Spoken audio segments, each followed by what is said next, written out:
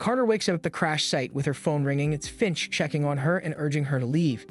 Reese regains consciousness on a bus, sitting next to Snow, both wearing explosive vests. Stanton shows them she controls the detonators and orders them to assist in one last mission. Carter gets a call from Fusco, who's at the scene. When she arrives, as she searches the wreckage, an agent named Moss questions her about Donnelly. Finch meets with Carter and Fusco, explaining Stanton had been presumed dead. Carter recalls Snow mentioning a woman planning something big. Stanton sends Reese and Snow to collect a disc. When the creator demands more money, she orders them to kill him. Reese refuses, so she snipes him from a distance, warning Reese this was his last chance. A flashback shows Reese and Stanton in China. She wakes up in a hospital, a British man offering a deal in exchange for information. She wants to know who betrayed her. In the present, Stanton takes Reese and Snow to lunch, then has them assume the identities of ATF agents to reach a building under false pretenses. Carter gives Finch details about the hard drive Snow had stolen, used for military cyber operations. Finch receives a coded message from Reese confirming he's wearing a bomb vest. Reese and Snow arrive at the building under the guise of investigating a bomb threat. Stanton guides them via earpiece, leading them to the 21st floor, a classified DoD cyber facility. She warns them they'll face armed resistance when the elevator opens. They push through and are given 15 minutes before the vests detonate. In another flashback, the British man explains to Stanton that powerful people fear what's coming. He offers her a job and reveals who originally stole the laptop. In the present, Carter and Fusco enter the building. Finch tells them the 21st floor is linked to cyber weapons, likely Stanton's target. Inside, Reese and Snow force a technician to unlock a secure system. With no outside connection, Stanton can't monitor them. Reese contacts Finch, learning the facility houses a virus capable of crippling global networks. He triggers a security wipe, thinking he's stopping Stanton's plan. But Stanton reveals this was her goal all along. She only needed access to upload a file. She reactivates their vests, locking them inside. Reese convinces a technician to override the door. Snow suddenly turns on him, planning to return to an agency-safe house. Carter and Fusco intervene, and Carter insists she can disarm the vest. Reese refuses, telling them to leave. On the roof, Finch waits. Reese hands him the drive Stanton uploaded, ordering him to run, but Finch stays, attempting to disarm the vest. He has 3 tries to enter a code with 5 possible options. The first 2 fail. Stanton reports it's done to the British man. He confirms payment and finally gives her the name of the one who set her up, someone he's never been able to locate.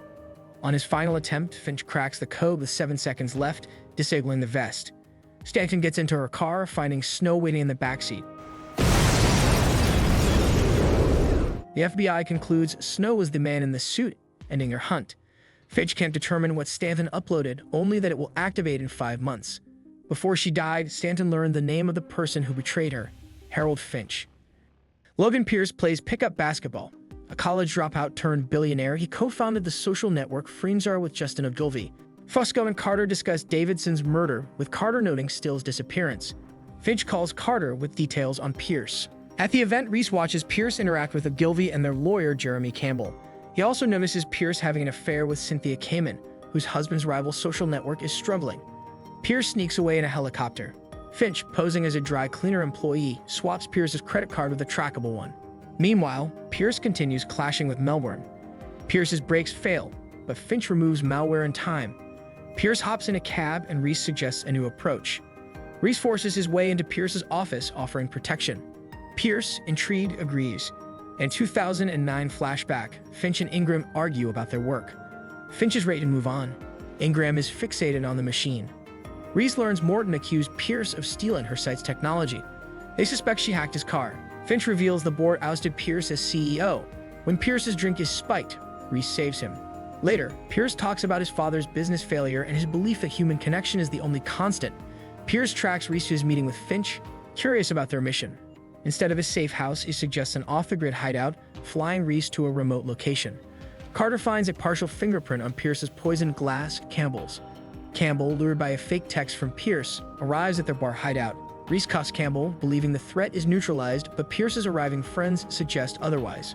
Fusco tries opening up to Carter about his past. She shuts him down, warning she won't be able to help if his mistakes catch up to him. Finch tells Reese that Pierce's number has come up again. His credit card was just used. Reese follows the lead and finds Morton, gun drawn. She and Pierce plan to announce their partnership, which will destroy Friendzar. Ogilvy, with bodyguards, confronts Pierce, blames him for everything, and beats him before attempting to throw him off a bridge. Pierce praises Morton's innovation just as Reese intervenes, saving him. A 2009 flashback shows Ingram sitting in his car, holding a gun. Ogilvy is arrested for attempted murder, and Pierce partners with Morton and Kamen on a new venture. Before leaving, Pierce gives Reese a luxury watch. Finch smashes it, revealing a hidden GPS tracker. The latest number is Mira Dobrica Mia Maestro, who works as a maid. Finch doesn't know much about her, but based on her life, he assumes her danger is work-related. Reese will pose as a bellhop and Finch a concierge so Reese can get into every room and Finch will have computer access. Reese and Finch will be working for a manager named Derek Fowler. In the elevator, Reese briefly runs into Zoe Morgan. Reese plants a camera on Mira's cart, then overhears her arguing with the CEO of an energy drink company named Tug. Tug is making sexual advances and Reese arrives to protect her. Mira and Reese talk in the hallway. Finch has learned that Mira originally came to the US as a Serbian refugee during the Kosovo War. We see Derek and his head doorman Bud confront Mira about police looking into their side operation. Over the phone, Pennsylvania 2 welcomes Hirsch back from prison. He wants Hirsch to quickly find Reese and find out who he's working for. Carter and Cal Beecher talk about taking their relationship to the next level and having him meet her son. Special agent in charge Brian Moss tells Carter he's found in Donnelly's notes reference to her possibly becoming an FBI agent. She's still interested, and the next step will be a lie detector.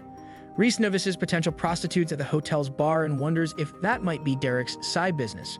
Carter calls Finch with word that a working girl was picked up at the hotel and had her bail posted by Bud. She asks Finch for advice about the polygraph, and he advises her to lie on one of the baseline questions in order to trick the test. He also advises her to avoid him and Reese in the near future. Charles Harris is a guest at the hotel. He speaks with an accent. He wants to speak with Mira and pulls her into his room. Reese enters the room and finds Mira and Harris arguing. There are photos on a table. Outside the room, Reese tells Mira he knows she's involved with the girls and that she tipped off the police. She tells Reese to stay away from her. Reese finds out Harris is a freelance journalist and thinks Mira must be one of his sources.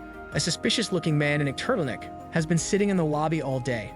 The guys have Zoe strike up a conversation with him and accidentally spill a glass of wine on him. As soon as he leaves to clean himself, somebody walks over and takes his place. They realize the men are spotters of some kind. Reese searches a room connected with one of the spotters named Peter, who checked in with a German passport. There is a file in the room on Harris and a series of articles he wrote on a Serbian colonel named Petrovic, who was accused of war crimes. Finch hacks into Harris' laptop and finds out that Mira is actually Albanian and witnessed Petrovic order the execution of her entire family.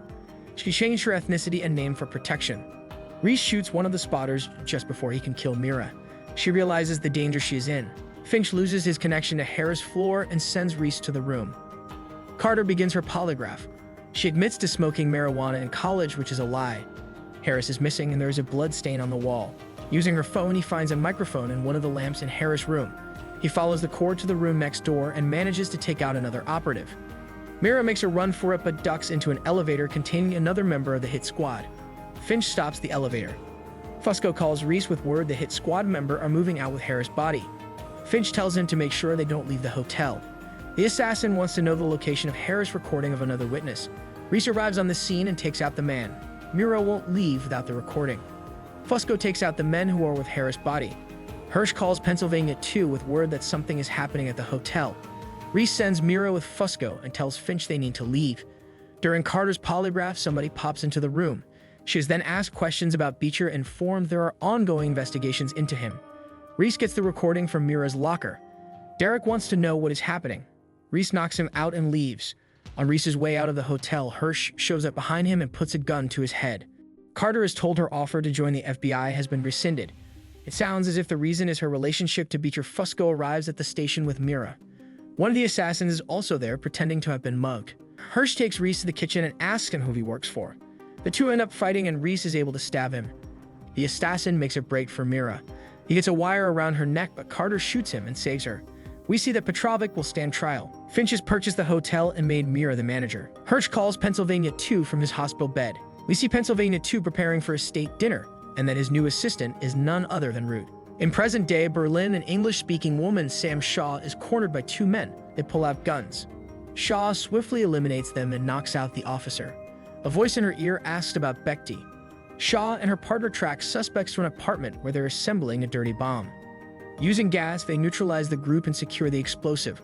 Shaw's partner mentions a trip to New York. They have another number. In New York, Shaw meets with Wilson, who provides her with the next target. Her partner, Michael Cole, explains their new number. James Mercer, a Michigan resident and former Marine with a dishonorable discharge. While tracking him, Shaw spots Reese and warns Cole that she's been made. Mercer receives a call confirming tomorrow's the big day. That night, Cole questions the accuracy of their intelligence, suggesting research might be flawed. While accessing Mercer's computer, he finds their own names listed. A sudden message warns it's a trap. Automatic gunfire tears through the walls. Cole warns her, but is fatally shot. Reese arrives to assist, but Shaw doesn't trust him. She escapes by jumping out a window and quickly realizes Wilson orchestrated the attack. Wilson contacts Pennsylvania 2, reporting that he may have clipped her. Shaw, wounded from a hollow point round, kidnaps a drug dealer named Lewis and forces entry into his boss' apartment. Using stolen supplies, she removes the bullet but passes out. When she regains consciousness, more men are present. Using her backup gun, she swiftly eliminates them and lets Lewis go. Meanwhile, Hirsch informs Pennsylvania 2 that Shaw is too skilled to be tracked unless she wants to be found. They suspect she'll retaliate and begin searching for Veronica Sinclair, Cole's CIA contact. Shaw reaches out to Sinclair, setting a meeting for the next day. She also calls Wilson, demanding a meeting with Control or she'll expose the Aquino files. At the meeting, Rue appears instead of Sinclair. She claims Cole asked her to investigate wire transfers linked to nuclear engineer Daniel Aquino. Though payments appear to come from Hezbollah, they were actually funneled through a Pentagon division called the Intelligence Support Activity, the same organization Shaw works for. Shaw hears Sinclair tied up in the bathroom before Root knocks her out with a stun gun. Root wants the name of Aquino's contact, believing he was hired to construct a home for the machine. Their conversation is interrupted when Wilson's men arrive. Shaw takes them out just as Reese shows up. This time, she hesitates before shooting him. Reese convinces her to meet his friend. Reese brings her to Finch, who reveals that both she and Cole had their numbers come up. He warns her that she'll never uncover the full extent of the organization she's after and offers help. She refuses. At a formal event, Shaw confronts Pennsylvania 2. He clarifies that he is in control but is the closest she'll get. She hands him Cole's research on Aquino, then kills Wilson. Pennsylvania 2, recognizing her skills, allows her to leave. Hirsch ambushes Shaw and injects her with a hypodermic needle. Carter and Fusco arrive and take over, enlisting Leon Tao as a fake paramedic to revive her in a cemetery. Shaw thanks them but steals their phones and speeds off in the ambulance. You think she'll call us a taxi? Reese and Finch exit a movie theater, noting the unusual silence from both the machine and Agent Shaw. Suddenly, a nearby payphone rings. The machine provides 6 numbers from across the country, seemingly unconnected. 3 belong to missing persons, while the other 3 have no digital footprint. The only local lead is Jack Rollins, a Brooklyn antiques dealer. Investigating Rollins' home, Reese discovers a rental bill indicating he fled to an island in Suffolk County, directly in the storm's path. Meanwhile, Finch uncovers a pattern among the missing persons. Their homes are stripped of personal photos. As Finch examines Rollins' basement, he finds burned human remains with only teeth remaining. On the island, Reese arrives at Rollins' rental home. As he searches, he realizes he's not alone. Suddenly, FBI agent Alan Fawley appears, gun drawn. Reese, improvising, claims to be a U.S. Marshal investigating Rollins. At the local police station, Fawley and Reese consult Deputy Erica Schmidt, the last officer on duty. Fawley confides in Reese, suggesting they're dealing with a killer who assumes his victims' identities. Meanwhile, Carter learns that Rollins' recent movements are suspicious. His height and dominant hands seem to change in different surveillance footage. The killer isn't just assuming identities, he's physically impersonating them. As the townspeople take shelter in the police station, someone reports a boat being prepped for travel. Reese and Fahey bring in 2 men from the docks for questioning.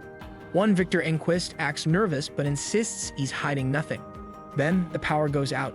When the lights flicker back, Deputy Schmidt is dead, stabbed in the chest. With suspicions mounting, Reese uses hidden equipment to detect lies among the suspects. Carter, still in New York, investigates another missing person and finds a roommate named Declan who doesn't exist in school records. Carter, driving toward the storm-hit island, questions Beecher's integrity. He insists he's clean.